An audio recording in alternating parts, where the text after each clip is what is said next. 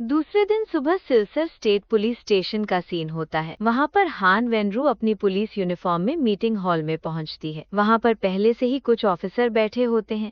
हान वेनरू सोचती है ब्यूरो हर किसी को कॉल करके बुला रहा है, आखिर क्या हुआ है। उतने में ही हान वेनरू उनमें से एक ऑफिसर के पास बैठ जाती है। वो पास बैठा आदमी हान वेनरू का टीचर जू लॉन्ग प्रोविंशियल डिपार्टमेंट के कैप्टन होते हैं। कैप्टन ने सख्ती से कहा, हान वेनरू, आज कोई स्मार्ट व्यक्ति कॉन्फिडेंशियल इन्फॉर्मेशन देने आएगा, उसे ध्यान से सुन लेना, लेकिन ज्यादा बोलना मत। हान वेनरू ने चौंकते हुए कहा, क्या कॉन्फिडेंशियल इन्फॉर्मेशन? चाइना की सबसे मिस्टीरियस और पावरफुल स्पेशल फोर्स कौन सी है? तभी कुछ पल बाद मीटिंग रूम का दरवाजा खोलकर एक बॉक्सर जैसा आदमी और एक किलर जैसी लड़की वहाँ एंटर होते हैं।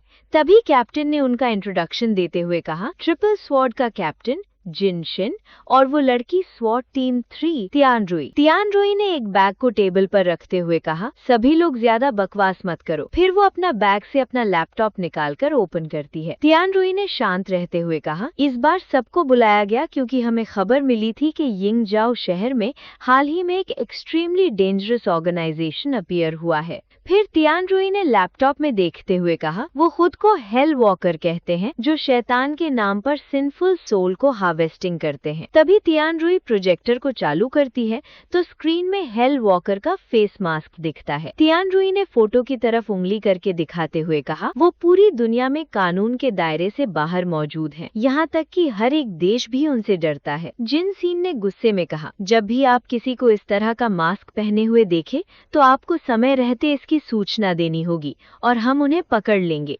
लेकिन याद रखना कि इसे अकेले मत करना। तभी पुलिस कैप्टन ने भौने चढ़ाते हुए कहा, कैप्टन जिनसीन, अगर हम उन्हें खुद नहीं पकड़ते तो भले ही हम उनसे टकरा जाएं, क्या हम सिर्फ उन्हें भागते हुए ही देखते रहेंगे? दूसरे ऑफिसर ने टेबल पर हाथ पटकते हुए कहा, हाँ, क्या ये टाइगर को पहाड़ों में वापस जाने देने जैसा नहीं होगा? जिनसीन ने नाम में सर हिलाते हुए कहा, मैं बेवजह जान माल का नुकसान नहीं बढ़ाना चाहता हूँ। फिर जिनसीन ने स्क्रीन में एक जगह की फोटो दिखाकर उसकी तरफ इशारा करते हुए कहा, ये गोल्डन ट्रायंगल में स्थित एक आर्म्ड बेस है।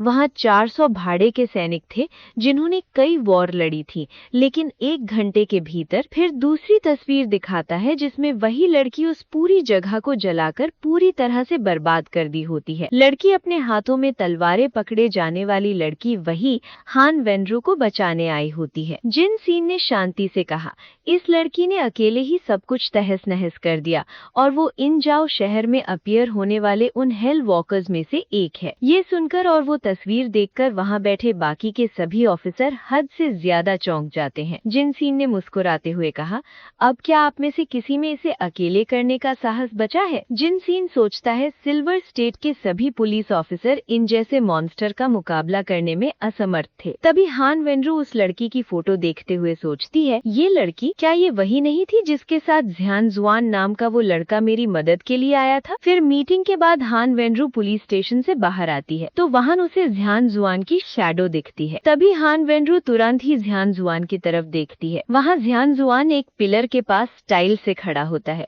ध्यान जुआन ने मुस्कुराते हुए कहा, क्या मीटिंग पूरी हो गई है? क्या तुम मेरे साथ में खाना खाना चाहते हो? हान वेनरू ने शांत आवाज में कहा, ध्यान जुआन, मुझे आपसे कुछ पूछना है। ध्यान जुआन ने मुस्कुराते हुए कहा, क्या ये उस लड़की के बारे में है?